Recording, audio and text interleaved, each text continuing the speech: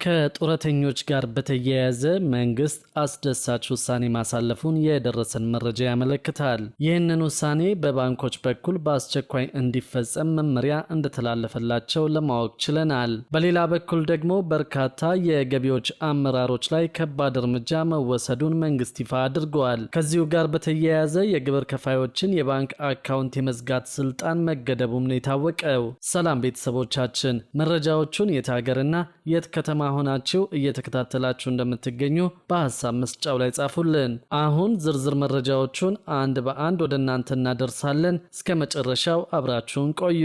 በርካታ የገቢዎች አመራሮች ላይ ከባድ እርምጃ መውሰዱን መንግስት ይፋ አድርጓል። ከዚሁ ጋር በተያያዘም የግብር ከፋዮችን የባንክ አካውንት የመዝጋት ስልጣን መገደቡም ነው የታወቀው። በአዲስ አበባ ገቢዎች ቢሮ ባለፉት 5 ወራት ለግብር ከፋዮች ተገቢውን አገልግሎት ባለመስጠት ኃላፊነታቸውን ባልተወጡ 179 አመራሮችና ባለሙያዎች ላይ የዲሲፕሊን እርምጃ መወሰዱ ተገለጸ።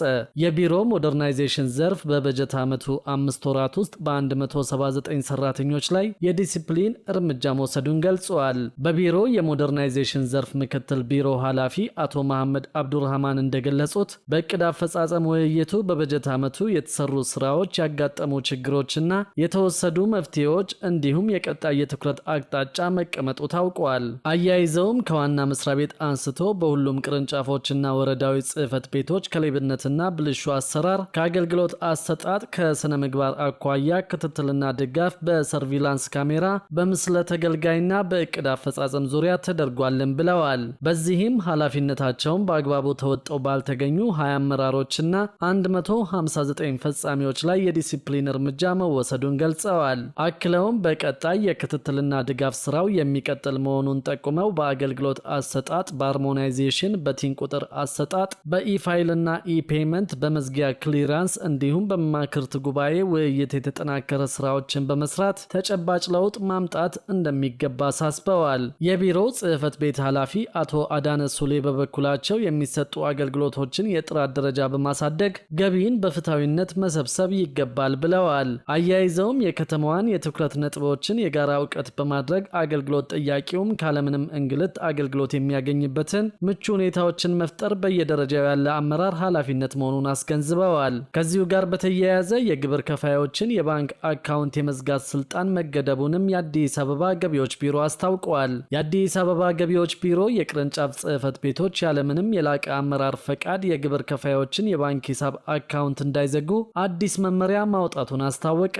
ይህ እርምጃ በዘፈቀደ የሚወሰዱ እርምጃዎችን ለመቀነስና የንግዱን ማህበረሰብ እንቅስቃሴ ለመጠበቅ የታለመ መሆኑ ታውቋል። የቢሮው ኃላፊ አቶ ቢኒያም ምክሩ ከከፍተኛ ግብር ከፋዮች ጋር ባደረጉት የምክክር መድረክ ላይ እንደገለጹት ከዚህ ቀደም በኦዲተሮች የግል ውሳኔ ወይም በጥቃቅን የሂሳብ ስህተቶች ምክንያት አካውንቶች መታገዳቸው በንግዱ ማህበረሰብ ላይ ከፍተኛ የኢኮኖሚ ጉዳት ሲያደርስ ቆይቷል። በ2018 በጀት ዓመት ከተለያዩ የገቢ ግብር አሰባሰብ 350 ቢሊዮን ብር ለማግኘት እቅድ ተይዞ እየሰራ መሆኑን የአዲስ አበባ ገቢዎች ቢሮ አስታውቋል። የቢሮው የኮሚኒኬሽን ኃላፊ አቶ ሰውነት አየለ በተጠናቀቀው በጀት ዓመት 241 ቢሊዮን ብር ለመሰብሰብ ታቅዶ 333 ቢሊዮን ብር ለመሰብሰብ መቻሉን ገልጸዋል። በዚህም እንደ ከተማ አስተዳደር የእቅዱን 96.5 በመቶ ማሳካት መቻሉን ያነሱት አቶ ሰውነት ከባለፈው ዓመት ጋር ሲነጻጸርም በ83 ቢሊዮን ብር ብልጫ ያለው ነው ብለዋል። የገቢ መሰረትን ለማስፋት የተሰሩ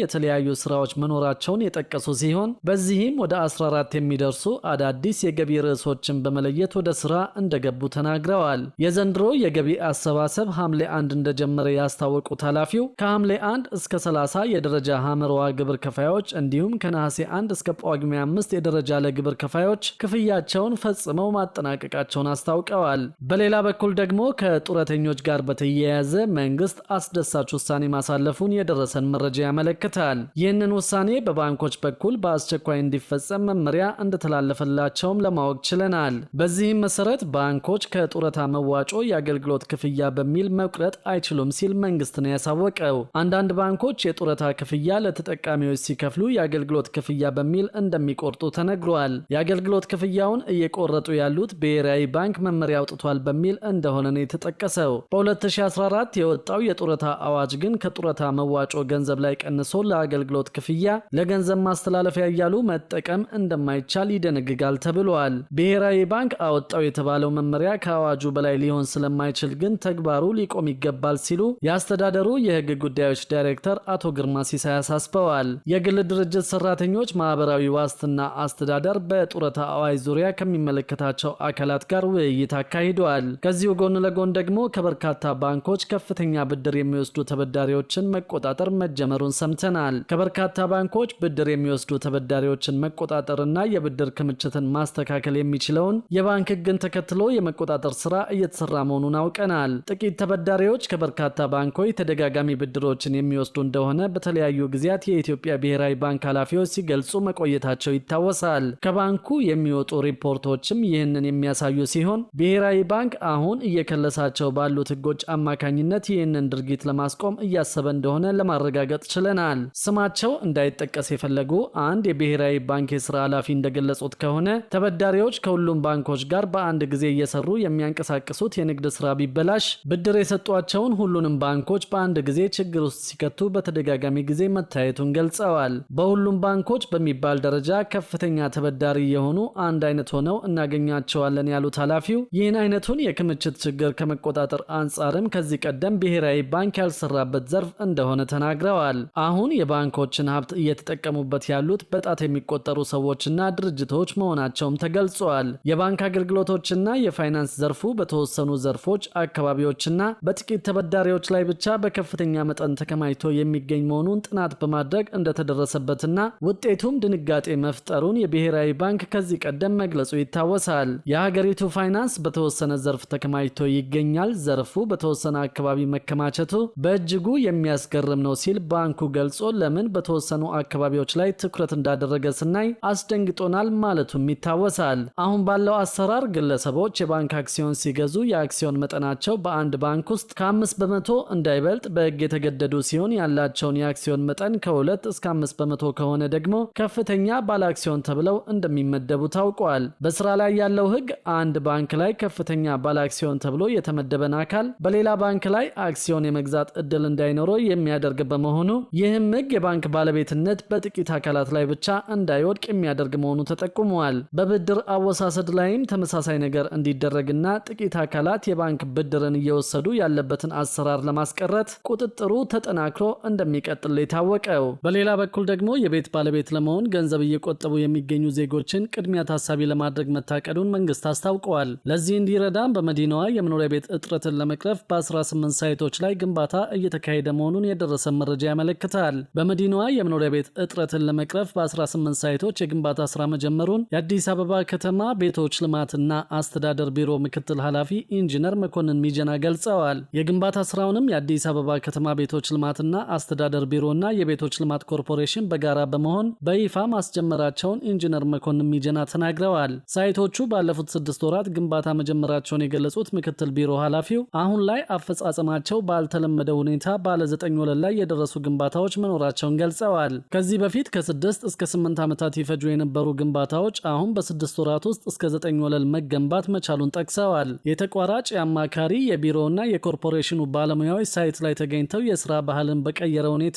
24 ሰዓት እየሰሩ መሆኑንም አመላክተዋል። ፍትሐዊ ተጠቃሚነትን ለማረጋገጥና ሁሉንም ተደራሽ ለማድረግ እንደሚሰራም ነው ያብራሩት። በዚህም በዝቅተኛ የኑሮ ደረጃ ላይ ያሉ ዜጎችን ታሳቢ በማድረግ በከተማዋ ዝቅተኛ ዋጋ ካላቸው ቤቶች ጀምሮ የኪራይ ቤትና ከፍተኛ ድጎማ የተደረገበት የቤት አቅርቦት ላይ እየተሰራ መሆኑን ተናግረዋል። ከዚህ በፊት ሳይቶች ከተጠናቀቁ በኋላ መሰረተ ልማቶችን የመዘርጋት ልምድ እንደነበር ያነሱት ምክትል ቢሮ ኃላፊው አሁን ግን በከተማው አስተዳደር ደረጃ የመሰረተ ልማት ክላስተር አደረጃጀት ተቋቁሞ ሕግ ተዘጋጅቶለት ወደ ስራ መገባቱን ተናግረዋል። በመሆኑም መሰረተ ልማት አቅራቢ ተቋማት በጋራ አቅደው ፕሮጀክቱን ለመጨረስ እየሰሩ መሆኑን የተናገሩት ለሀገሪቱ የመጀመሪያ የሆነው ኮልድ ፎርምድ ስቲል ሲኤፍኤስ የግንባታ ቴክኖሎጂን በመጠቀም የሚገነቡ ቤቶች ከ60 እስከ 70 በመቶ የግንባታ ግብዓት ወጪን እንደሚቀንስ የአዲስ አበባ ቤቶች ልማት ኮርፖሬሽን ጨምሮ አስታውቋል። የኮርፖሬሽኑ ዋና ዳይሬክተር ኢንጂነር ቶማስ ደበሌ በመዲናዋ የሚከናወነውን የቤቶች ግንባታ አስመልክቶ እንደተናገሩት አዲሱን ቴክኖሎጂ በመጠቀም የሚገነቡ ቤቶች ከ60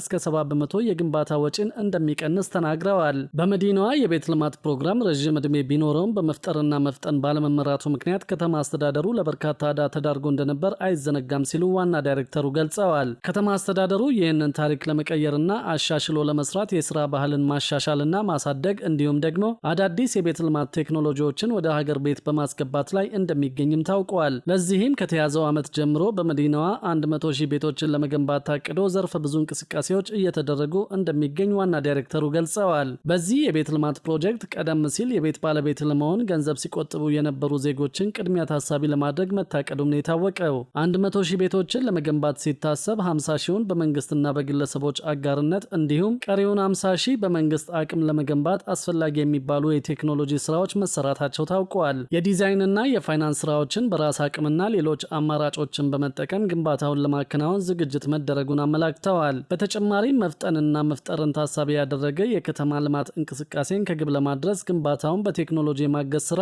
በስፋት እየተከናወነ ይገኛል። ቴክኖሎጂው በዓለም ደረጃ በርካታ ሀገሮች ሲጠቀሙበት የነበረ ቢሆንም በኢትዮጵያ ለየት የሚያደርገው ጥቅም ላይ የዋለው ለመጀመሪያ ጊዜ መሆኑ ታውቋል። በኢትዮጵያ የመጀመሪያ የሆነው ሲኤፍኤስ የግንባታ ቴክኖሎጂን በመጠቀም 26,000 ቤቶችን ለመገንባት ከንቲባ አዳነች አቤቤ በቅርቡ የመሰረተ ድንጋይ ማስቀመጣቸው ይታወሳል።